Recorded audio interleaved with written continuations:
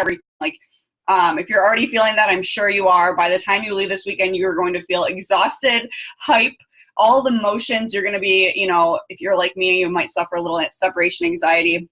And that's kind of what changed everything for me, because I got home from Summit and I realized I wasn't in that happy place that I was when I was at Summit, and I wanted to gravitate towards that because I realized I could be this happy, and my whole life I've been this happy. And that event showed me that gap. And so I'm going to teach you a little bit of things that I learned along the way. And if you have questions at the end, I'm more than happy to answer them. But I am very much into mindset in a way of, I'm more of a tough love type of person. I'm not really like the fluffy type. So hopefully you get a little bit of balance from me, because my coaches say I've grown soft on them, even though I think that I'm pretty tough love. But first things first is believing that you're a leader, because if you're anything like me, you're looking around, you're seeing people rank advance beyond you, you're seeing people sign up, and you're comparing yourself. You're starting to wonder, could I ever get to the superstar coach level? Could I ever get to elite? Could I ever do these things? And when you're at these events, you start believing it. Yeah, I can do this. Yeah, I can do this. But then a Tuesday comes along, you wake up and your back office has a coach cancellation when you just signed another coach. So you feel like you're spinning your wheels. You feel like you're sending out tons of invites. Nobody's answering your emails or messages. They're saying no. Maybe you get a hater message. Like, all of these things happen and you're just like, whoa, I don't know if I can do this. And Adam and I, my boyfriend, we've been dating for 4 years, so pretty much about the same start of Beachbody. And I actually had a talk with him this week, and I said, you know, what was I like before I really believed I was a leader? And he's like, Sami, the amount of times you came to me questioning, crying, wondering if you could do this, if you could keep going. I've had 4 diamond coaches quit, and every single time it's an immediate, like, what am I doing wrong? Because it's hard in this business when we instill so much belief into other people for us to forget that we need to believe in ourselves first. And so you're probably having a client who shows up and then they fall off the bandwagon. It's super easy to inspire them because we're coaches. We're like, no, you got this. I believe in you. You can do this. You can work out. You can say no to cake. You can, eat this binge eating disorder. But then when we need to coach ourselves, we don't know how to do that. Because all of a sudden it's like, throw my hands up, like throw my notebook in the air, like these don't mean anything to me. All I can see is the no's. And so you get into this negative mind space. And whether you've been in this or you're going to be in this, at some point in this business, this mindset is going to be in your face. And the more you get into this business, the more you question different areas. And so first things first is to truly believe that you're a leader, in a sense that you combat the ideas that you're not a leader. So when you have a negative mindset arise, you need to, as a leader, fight that back. And I know that sounds super easy, guys, but you need to understand where you're at with that. So when you start having these negative things and you want to message your success partner, or you want to message Dylan, or you want to message your significant other, I want you to first, before you send that message, say something opposite of what that is, because mindset truly is everything. So when you say, all I can find is no's, I want you to say, but there's going to be a yes if I keep going. Or I just had a yes last week that I'm forgetting about. Because all of a sudden you can have this super high day and then all of a sudden everything's gone. Or maybe you had a coach cancellation. I want you to think about a sense of how you helped that person. Or I want you to think about a coach that is under you, that hasn't quit, that you're completely forgetting about because all you can see in your back office is, oh my gosh, I just lost my emerald. I want you to combat that first. And it sounds super easy, guys, but this is what leaders do. The next thing I always do, because I don't know if you guys study the Enneagram at all, but I'm a type 3. But I've realized that this specific part of me is in pretty much all of my coaches, because of this negative mindset. And so it's this idea that I need to know at all times that I'm moving forward, otherwise self-doubt in all areas. And so what I started doing was I started setting daily goals and weekly goals other than these big goals that I was setting, because I was shooting. One year I was like a 1-star diamond coach and I was like, I want to be elite. Well, I didn't hit elite that year. I hit premier. And the first thing I thought about was, wow, I wish I would have hit elite. I didn't even celebrate the fact the first day. Obviously I did later, because my negative mindset came in. And so what I started realizing was I was focusing so wholeheartedly on diamond, 1-star, 2-star, 5-star, now superstar, that I forgot about all the stuff along the way. And every day you would wake up not as that rank, you're going to question your job. You're going to question what you're doing, because that's what we do. We analyze all areas. And the crazy thing about Beachbody, guys, is it's not like a corporate job. When I was a dental assistant, if I did something wrong, there was only so many things I could really do wrong that I could make up for it. In this business, we're always going to be learning. So maybe you're really good at social media now, but you're going to need to grow in that later when things change. Maybe you're really good at recruiting now, but things are going to change. And that sounds so negative, but you need to look at it as how amazing that is. You get to adapt to a new season every stage of life. And so when I realized that I needed to set daily and weekly goals, I needed to see them change throughout the year rather than looking at diamond. Okay, well, every day I'm not diamond, I'm going to be really frustrated, right? So every day I set daily goals. So every week in my planner is my Success Club goal on Saturday. There's little bubbles. So maybe your Success Club goal, we'll say, is 10 for the month. So, 4 weeks in a month, you're about 2, 4, 6, 8, and then one of those has 3. And every bubble is a Success Club point, and you cross it off as you go. So it's a little minor goal that I put in the corner, and it's not to discourage me. It's to show that, okay, so this week, for example, I try to shoot for SC10 each week this month. And so every week, SC10. So if I end at 8, that's still above what I would want to do.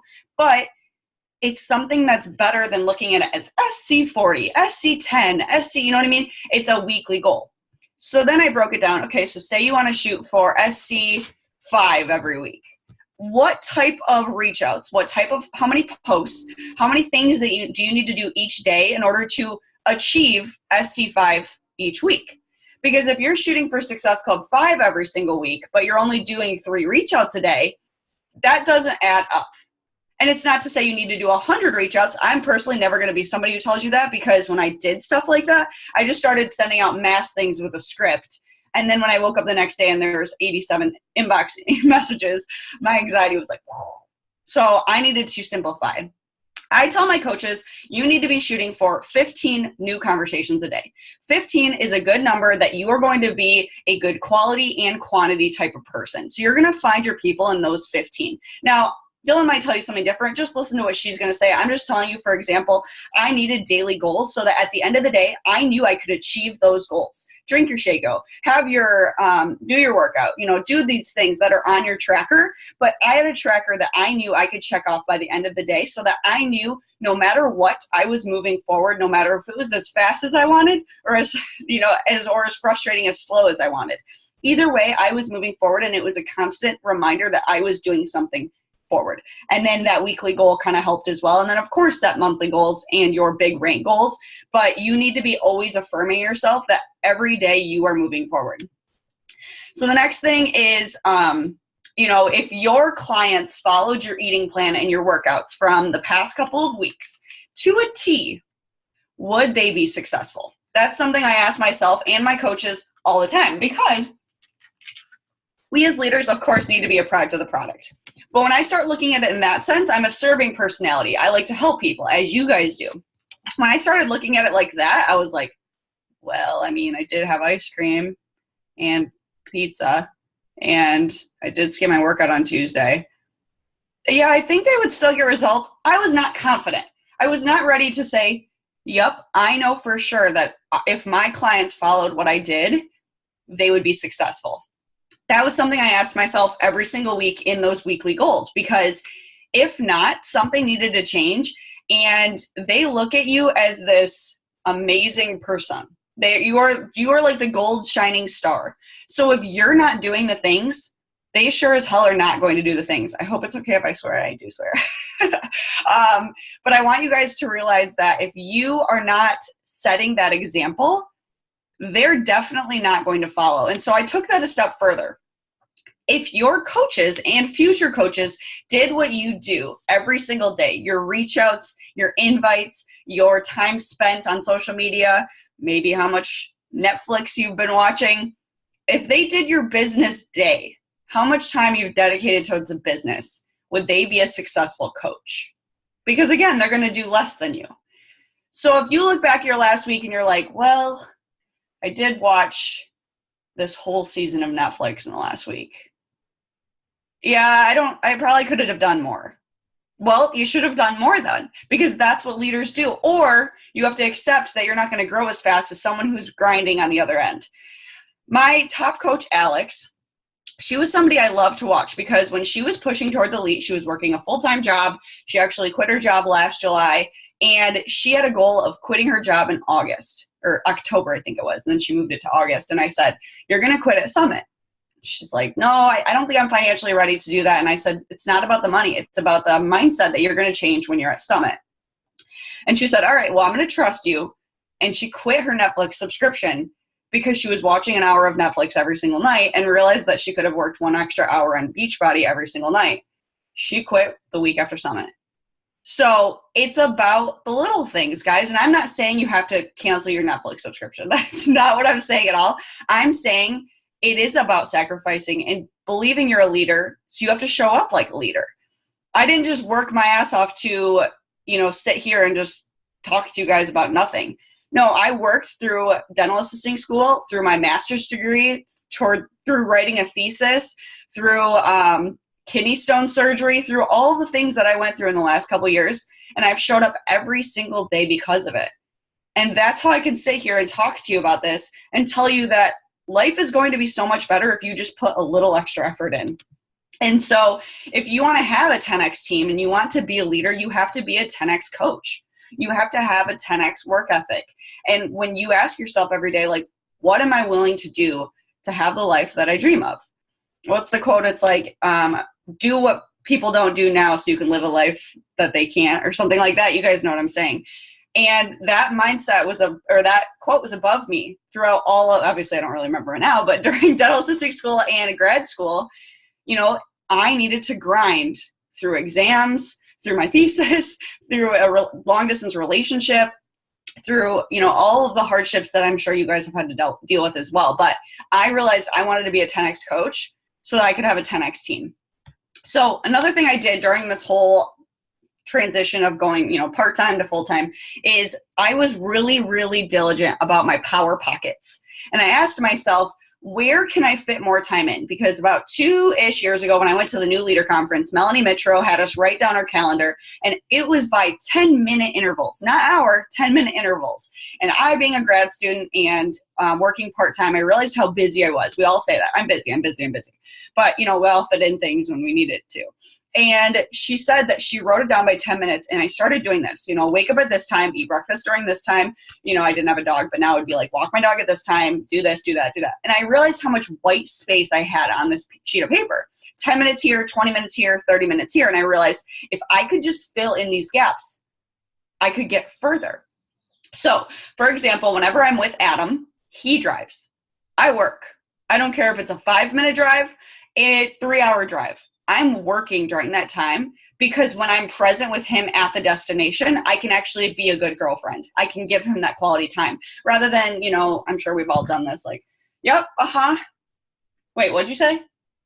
I was doing that so often that I really wanted to be present during that time. And so I was like, we got to compromise here.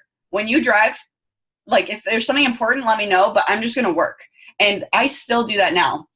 I also realized when I go to a movie, before the movie plays, during credits, I did this yesterday during Endgame. If you haven't seen it, definitely go see it.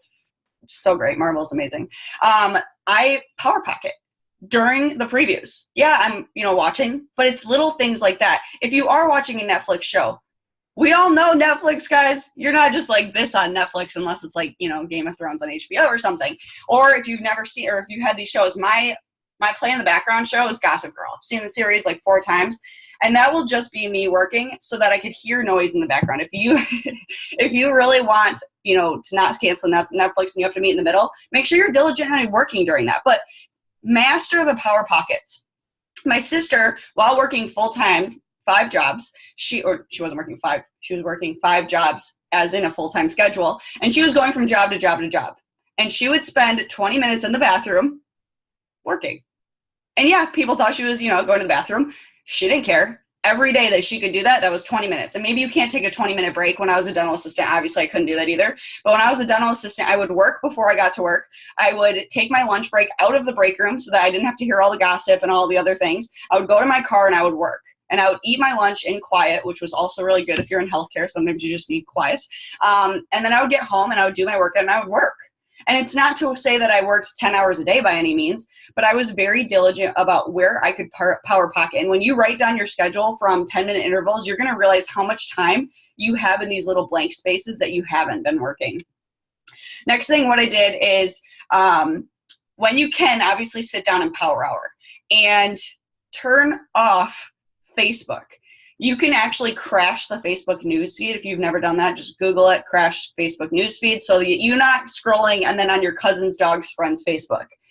Because that's very easy to do when you are sitting down working on social media. Or if you were like me and when stories came out, and sometimes I even find myself doing this now, I've been sitting down thinking I worked for 2 hours and I know everything of what my friends and coaches have done today, but I didn't even send a reach out yet. So I will not watch stories until I'm done with my conversations. That is my reward to myself because it is very easy to get sidetracked. So when I sit down, I want you to Power Hour. And I want you to eat your frog first. I can send Dylan one of the trackers my girls use if you guys are interested in using something like that. But my girls are so adamant about tracking now because that's what I tell them to do. That's what got me from Emerald to Diamond, tracking. Because one, I constantly affirm myself that I was moving forward. And two, I was doing things. I was sending out so many conversations. I was posting on social media thinking I was working all the time. I was not diligently working until I tracked. And so what I've been doing with my coaches, because 2 years ago, I rank advanced 1 diamond beyond my second business center. So my second business center and my other coach were the reason we hit elite, because for elite, you need 2 new diamonds that year. And I realized in 1 whole year, I rank advanced 1 diamond. What am I not doing? The next year, I ran these groups I'll tell you about in a second. We rank advanced 14 diamonds last year. This year, we've already rank advanced 5. So tracking is not this like cloud thing in the air that you can avoid. You have to do the things. I ran these things called diamond internships. And so in these diamond internships, I can't coin the idea. It was actually my sister Jamie and her husband Steve. They did this with their whole downline, and they called it the Legendary Leadership. And in this Legendary Leadership, they took 6 coaches in their downline. Now, I know you guys are, emeralds and diamonds and stuff. And so maybe you don't take 6. Maybe you take 2. Maybe you take, whatever number you want. I used to do 1. Now I'm taking more. And so what I realized during these internships is, 1, the pressure was on. It made them feel like they were ready for the next level. 2, the team was watching them. So the pressure was on. They wanted to show up that they could hit diamond during this internship. And 3, what was cool about these internships is I was able to see how much time these people, not that they were worth, but you guys know what I'm talking about. When people tell you, I want to work, I want to be a diamond coach, I want to be an emerald coach, and then you check in with them 3 days later, they haven't posted on social media, and you're like, what? How do you expect to be a diamond coach if you're missing days on social media? And so it was also my way of serving, are these people ready for the next level? Because if they're not willing to do this internship, they're not ready for the next level. So in this month-long internship, I choose people that, where my downline is at, I choose them. Emerald, they have to have 4 coaches. They have to hit Success Club the month before. Ideally, see a trend in their business moving forward. They have to have I have a form they fill out. Why do you want to be chosen for this? Why do you think this is going to benefit you? What is your goal towards hitting diamond? What have you been doing in order to get yourself there? And so maybe you do this as an emerald internship. This doesn't have to be a diamond internship if your coaches are not ready yet. So what I do in this mentorship is it's a month long, and every single day, this is so basic, you're going to be like, this is how you rank advanced diamonds? Yeah, that's how I rank advanced diamonds. I post their tracker check-in every day. And if they don't post it, I tag them. Every morning they check in. I don't have it next to me, but it's a book called Personality Plus. Allie Upham, 15-star, superstar, amazing coach. I love her so much. She was at she spoke at my leadership retreat last year, and this is the book she recommended. Now, it is a little boring. It is kind of it's professional development, not personal development, but it will teach you kind of about, the Enneagram and things like that, but it's a different personality test. Anyways, I just get them to check in with that book, each chapter every day. And then I will give them a couple trainings in this month long. Nothing crazy, but just little things along the way. And then every week is a check-in. What Success Club at? How many coaches have you signed? So on and so forth. And so during I did 2 of them last year, and 8 out of 11 people hit diamond. And these weren't people that were 7 coaches and an emerald. A lot of them were at 6 coaches, no emeralds, or 4 coaches and an emerald. And so these aren't people that usually hit diamond during that month. Usually it's the month after, because they're tracking this month that their actions are going to push them forward next month. And so I started doing these things and realizing, what was I not doing with my coaches? Well, it wasn't making them accountable for their check-ins. And so this month, what I didn't do a legendary leadership. I just had it's called Diamond by May 2nd, because May 2nd starts quals for summit recognition. And every day they checked in with their tracker. That was it. I did 1 video, and it was explaining the group, and half the group dropped out because they only got 3 strikes. Once you checked into the tracker or strike 1, you missed the tracker, strike 2, and then they were kicked out of the group. Simply because I think if you're not going to check into the tracker 3 days out of 30, you're not ready to be a diamond. And I don't mean that in a bad way. I just mean that that's 1/10 of the work. So I started doing that, and 2 of my girls who have not missed a single day in their tracker now one went from 2 coaches to 7, and one just went from 4 to 7 in a month by checking a tracker every day. And every single person in the group that stayed in has said, this has been life-changing and something that I wasn't realizing I was doing. So again, I'll share that with you. Next thing. When you have coaches that are doing this, they're telling you, I want to work, I want to work, I want to work, and they're just not doing the things. I want you to lead in love on these people, lead these people, but do not lower your standards for these people. My original diamond, half of them are gone, guys. I would say probably less than that, but I didn't count. And I, for so long, held on to my little babies. I was like, I only have 1 or 2 business builders. I'm going to hold on to you, and I'm going to suffocate you. I'm going to do this with you every single day. And every day they wouldn't check in, my heart would break. And I was like, but I thought we wanted this. And then they would be up and down, up and down, up and down. I have coaches that have been with me since the beginning, and they do this to me still. I'm all in, Sami. They show up for a week, and then they're gone. And I just keep investing time. And so it's this idea of bless and release.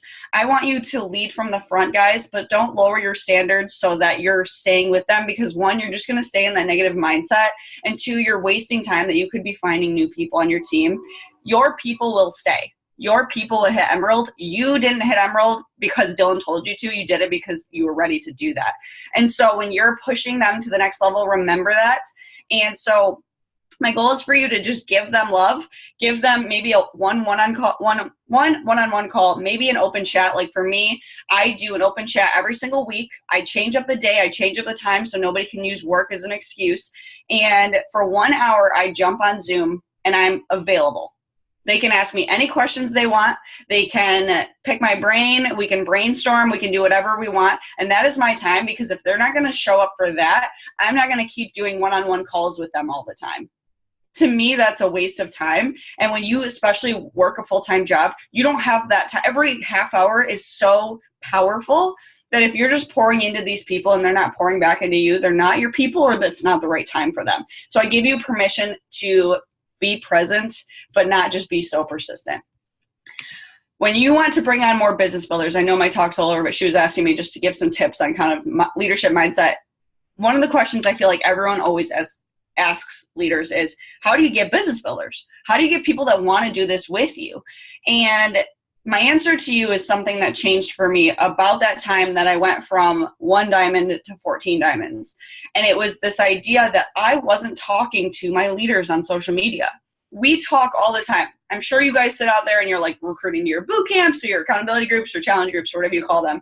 And you're inviting to the sneak peek, but you're not really speaking. You're talking, but you're not speaking to your business builders. And when my sister told me that, I was like, yeah, but I don't want to go out there and talk about the business. That's just kind of weird.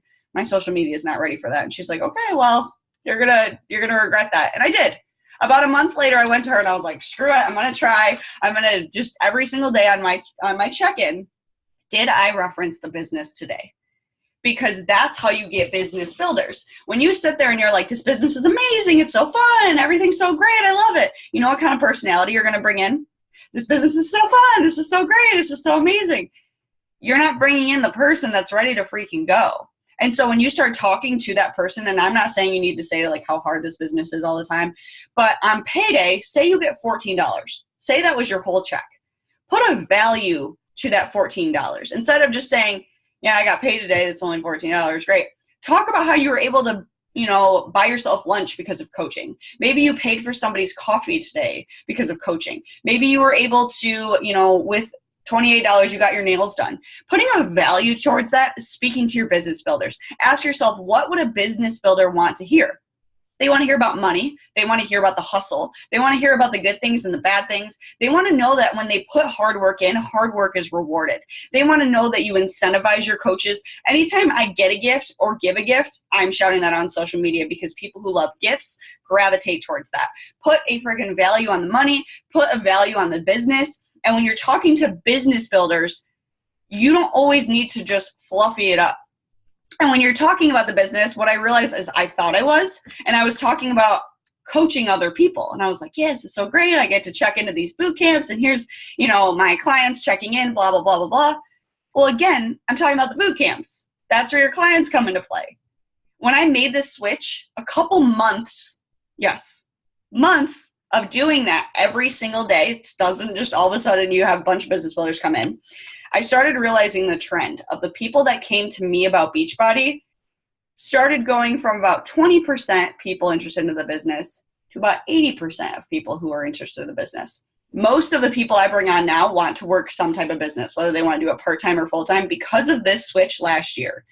And I surveyed my coaches. How long were you following me before you signed up as a coach? The average answer is about 9 months. 9 months of me showing up every single day on social media, talking about the business. And now, just now, 3 years into my business, I had a girl hit diamond in 3 weeks and a girl hit diamond in 30 days. Just now. And I'm not saying you have to get to this point. You can get to my point a whole lot faster than I did. But what I'm saying is that's where that consistency factor comes into play. When you go out there and you talk about the business and it's crickets and nobody says anything, you can't just throw your hands up in the air and not do it again. No, you got to do it again. Of course our coaching posts get less engagement. Of course if I put a poll up, do you like this dress or this dress, it's going to get 10 times more engagement than saying, who wants to join my coaching sneak peek?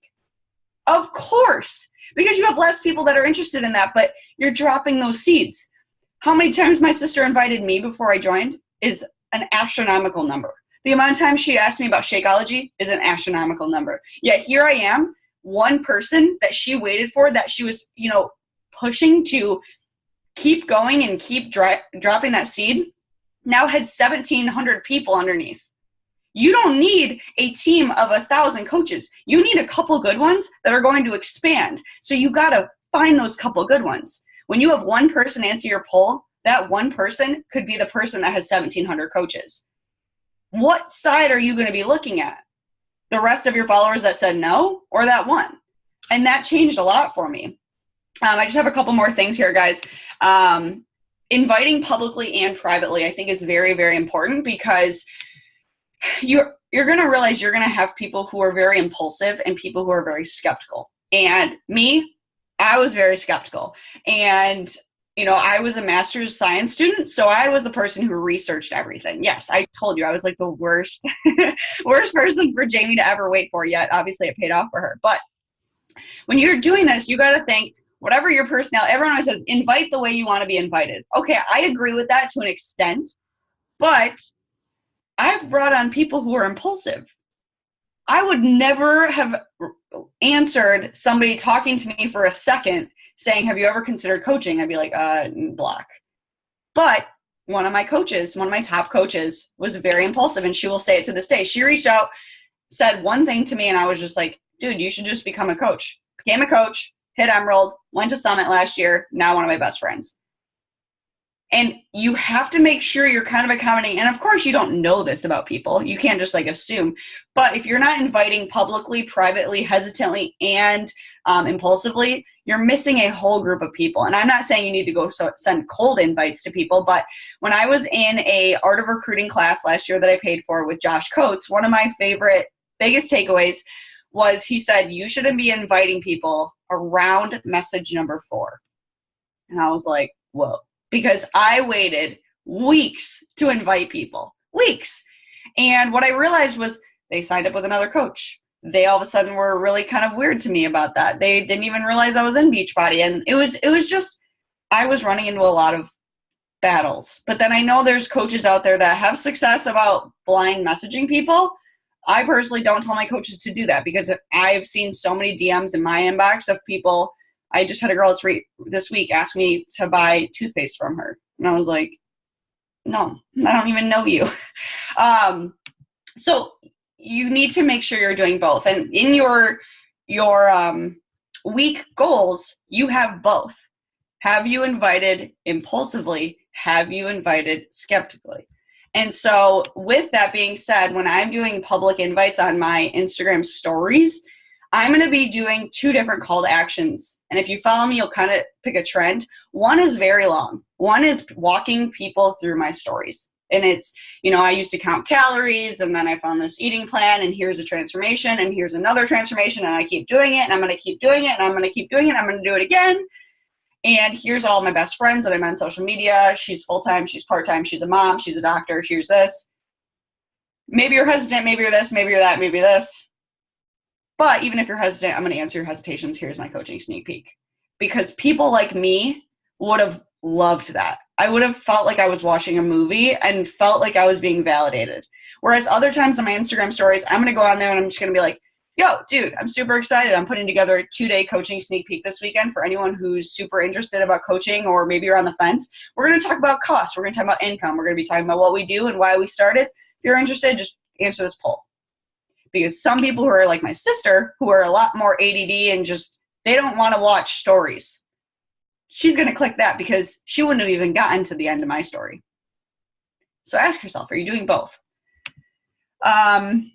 One thing I would say to my coaches all the time is you have to see the vision. And when I heard that the first time, I was like, what the hell is the vision?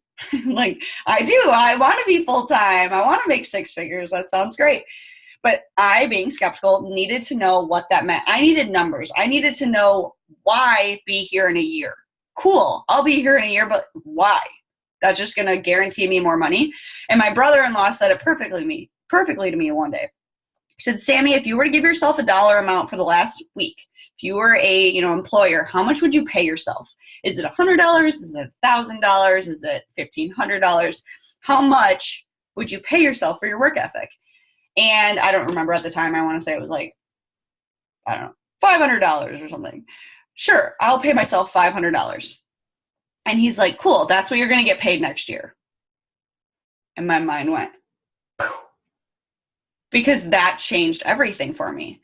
If I want to have a 6-figure income, if I want to do this, if I want to do that, I better act like I'm putting in those hours, because you're not going to get paid. This is a frustrating thing about Beachbody.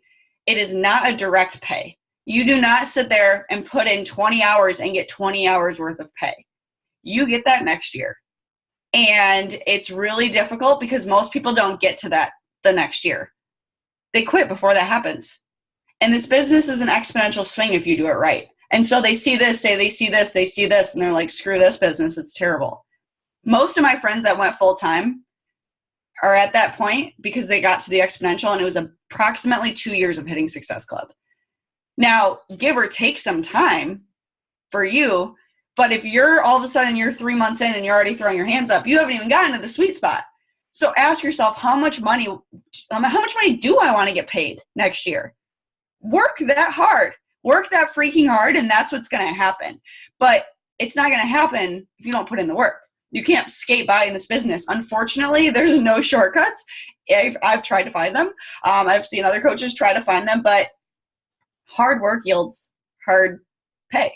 And if you're not going to put that in, don't expect that hard pay. And you have to put in the work. You have to put in the extra hours, and it's totally worth it if you do that.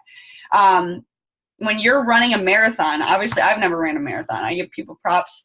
But if you were running your first marathon, were you somebody who was just pissed that you didn't end number one? Were you pissed that you didn't end your first marathon first?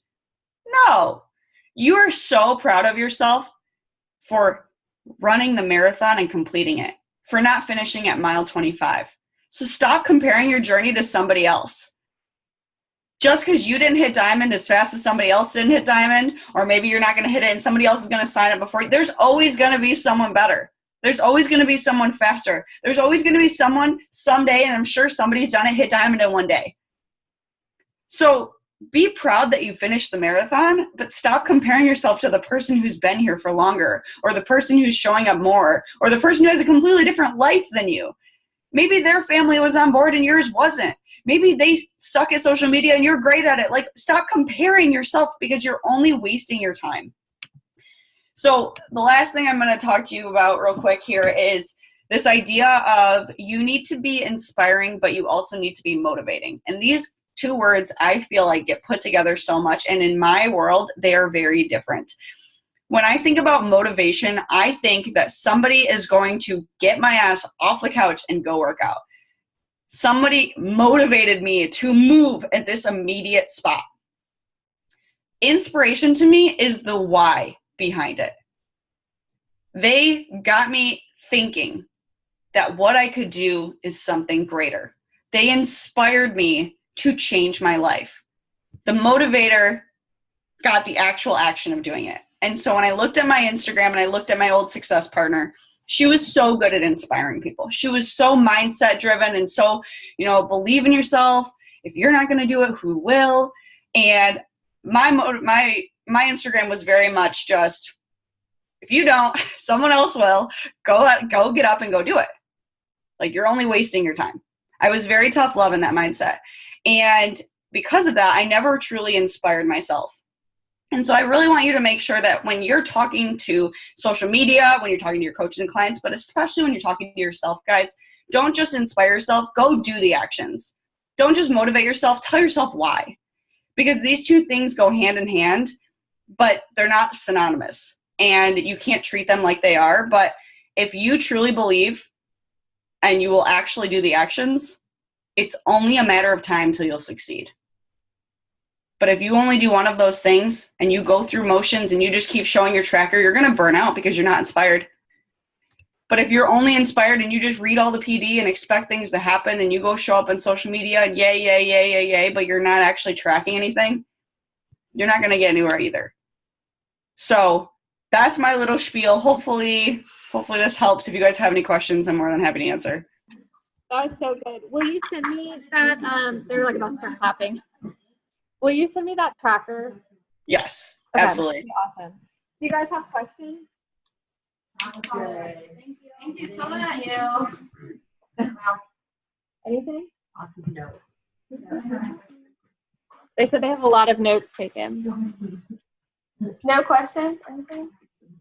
They're all like, no, I'm burned out. No, that was so good. Thank you. Good, I'm glad.